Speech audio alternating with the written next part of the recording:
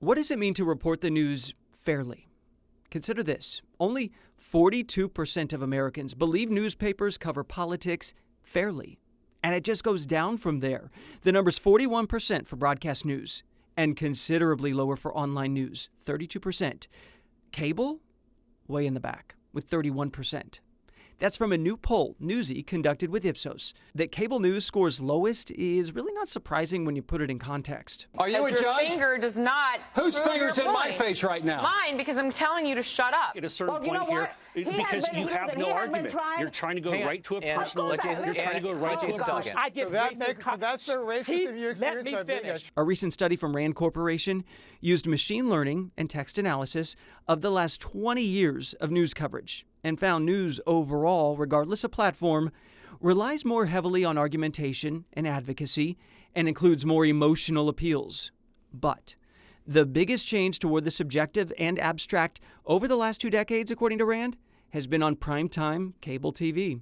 I think they need to settle down and follow the leader. Now, it seems clear to me there seems to be, and frankly, Allie, I feel bad for Deborah Messing, and I'll tell you why in a minute, but let's make fun of her for a little while first. Perceptions of fairness swing wildly depending on the platform. From the New York Times, I'm Michael Barbaro. Each person's political leanings, even how much they prefer certain outlets. For instance, 64% of Democrats think their favorite outlet is politically fair. Just about half of Republicans think the same. And the least trusting are independents. Only 35% of independents think their favorite news source plays it straight. Or take age as a factor. Ask millennials and Gen Zers whether their favorite outlet covers political issues fairly. 48% will say yes. Pose that same question to someone over 65 years old. 69% say their preferred outlet is politically fair. That could suggest more is at play here than just simple fairness. And to be sure, there is real bias out there. But there are also perceptual elements fueling news fatigue and that generalized sense of distrust. And honestly, on some nights, I'm part of that 2/3 of people who just tune out, turn off the noise. But perhaps there's a better approach. That idea of fairness. Let's flesh it out. Take a fact-based story about immigration. If a reporter describes a raid on undocumented workers, some viewers will object to a description that skirts their illegal presence. Others would chafe at calling any person illegal.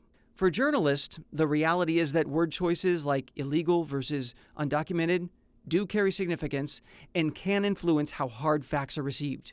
Whatever the choice, it's important for journalists to hold all truths in tension within their reporting, just as important as it is for consumers to be open to hearing a variety of reasonable perspectives. In the end, each viewer saw the same story. But did they really? Scientists have established that we are not just passive news receivers being injected with information.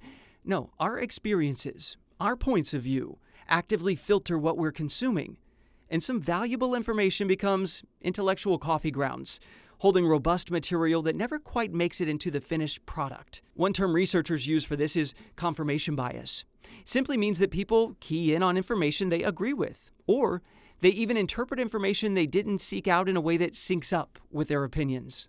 Another term is selective exposure, perception, and retention. Again, that simply means we prefer information that we agree with. And even if we don't agree, we selectively perceive parts so that we do agree.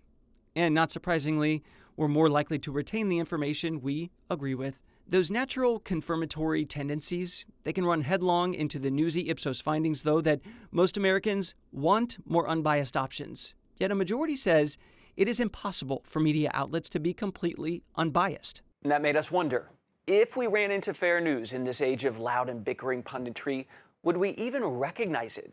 Are we now primed to see just everything as unfair? It's critical we fix this. Journalists have a part to play. They have to prioritize facts over playing their fans' favorite tunes. And everyday consumers would also benefit from examining their own brain filters, plus seeking out challenging, factual information.